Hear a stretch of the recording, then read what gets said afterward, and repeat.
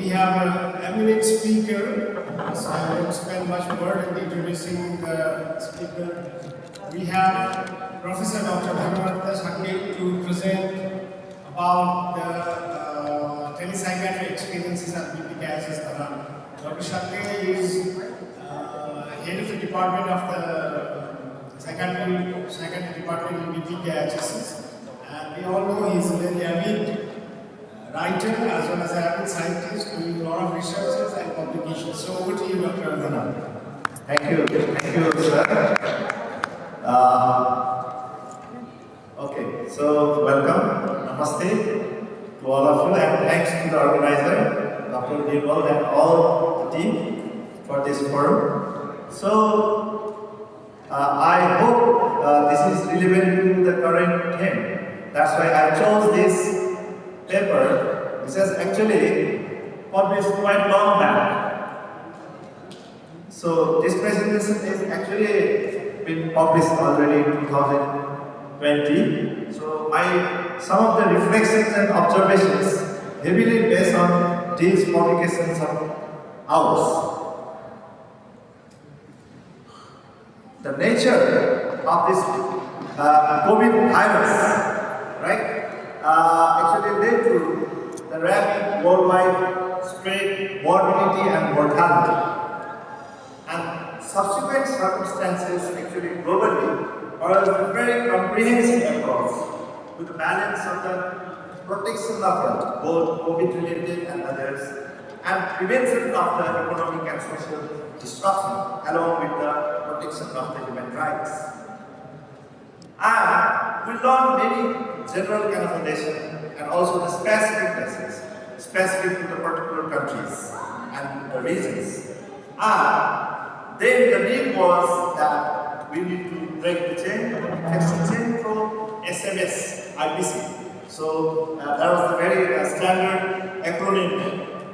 And this very step of international concept of the public health required all the stakeholders, consumers, including patients and students, and the providers, including the professionals, teachers, even the hospitals, governments, and the society as a whole needed to bear the extraordinary responsibility for health, infection prevention, and other health issues.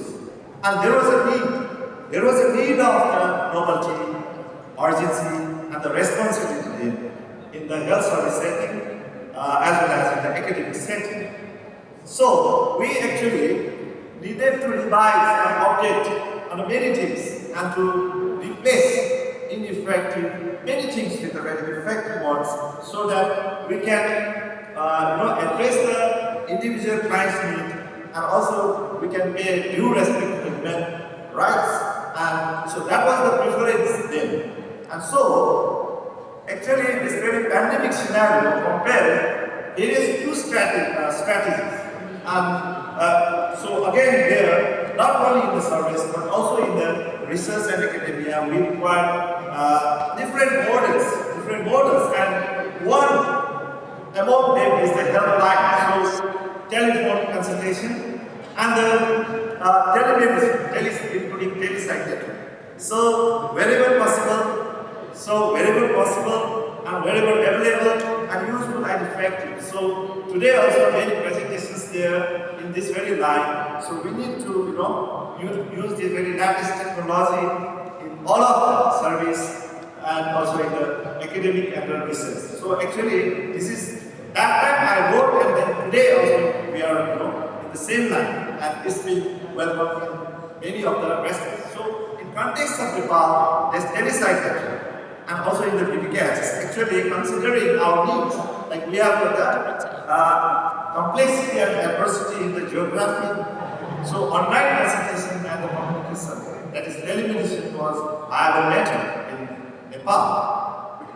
Actually in BPKIHS, it is in the 2014, this has already been started, and this COVID-19 pandemic actually asserted it has actually required, compelled rather, to proceed with this very thing. And in the last 5 years following that, so psychiatry, telepsychiatry is the third in the whole East Asia after gynecology and derma consultation. So psychiatry, telepsychiatry is one of the things that we have to do that. We have to do that then.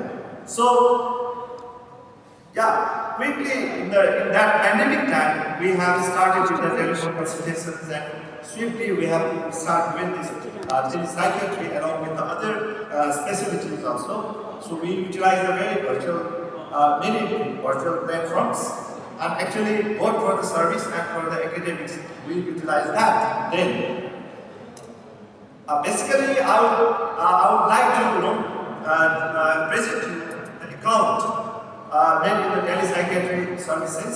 So this is definitely the institution best, and we utilize this very semi-structured component, including some relevant variables. In that, we have got 104 cases in the 9 random days. In that, 73 were the follow-up and 31 new cases. And we have got, of course, multi-ethnic country and multi-ethnic subjects were there. So both from the urban mainly, and then followed by the urban and the largest list from the rural areas. And we have the consultations mainly from the younger groups and also from the nearby districts like Sinchari. And of course, we have the very far places also. So this very table depicts the same thing that I will not repeat it. So you can see here new cases, follow-up cases. In the male predominating here, we can see, and the many ethnicities there, we can see that. So, in the symptomatology, basically mood symptoms were predominating, somatic symptoms were there, and then followed by the anxiety symptoms. And in that also, this suicide-related symptoms were also there in 8 cases out of the 104. So, maximum cases were follow-up cases, they were improving, and some of them were ongoing, either static or worsening, with worsening symptoms. And in the diagnosis, we can see the mood, depression and bipolar, anxiety, psychosis, and the substance related. This substance is there in that part in most of the profile studies. And most treatment advices included the antidepressants, antipsychotics, benzodiazepines, and of course, they require the counseling, service counseling, and psychoeducation there also, as depicted in this very table.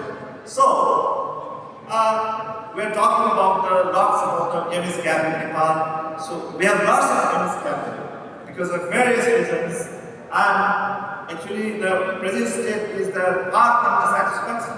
So, we have to struggle a lot, very much, even for providing the essential and basic private health care, and that was more so even during the pandemic time. And so, actually, at that time, Nepal was not actually prepared to, face that very mayhem of the pandemic. So, with that deficient resources and inadequate system and the monitoring mechanism.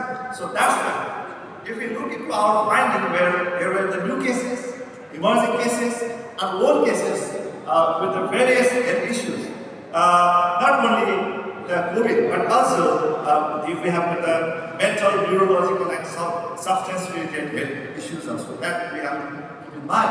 And the clinical profiles of the presenting complaints with, and the diagnosis actually complied with that telephone consultation-like picture only.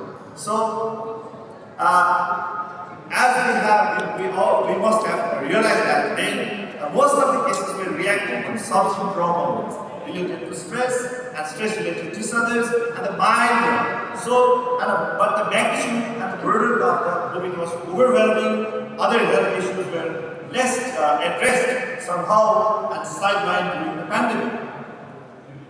And another concern was that many needy people were afraid of going to the service, while other with the minor issues were exposed unnecessarily to the risk of the COVID infection, as we observed in our setup. So then, service facility, provider institutes, organizations, and the spread of the infection and the adequate communication are part of the state government, and this awareness, alert steps, health seeking for the appropriate modes, including this very helplines and telemedicine, are part of the client's routine, where actually very needed time. So that's why that has been our strategy.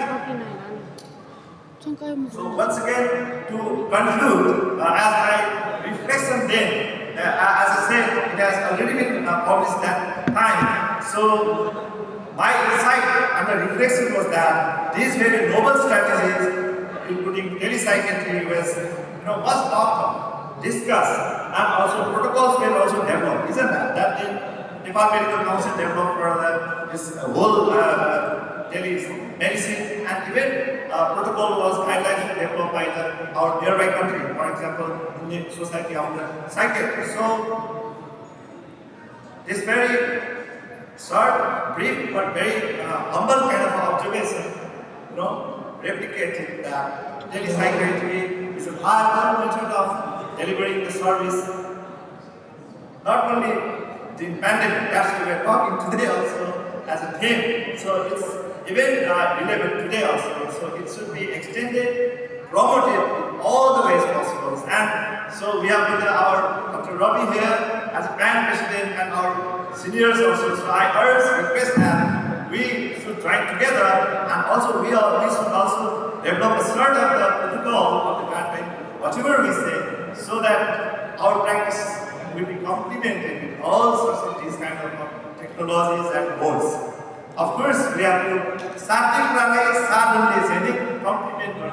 complement thank you very much.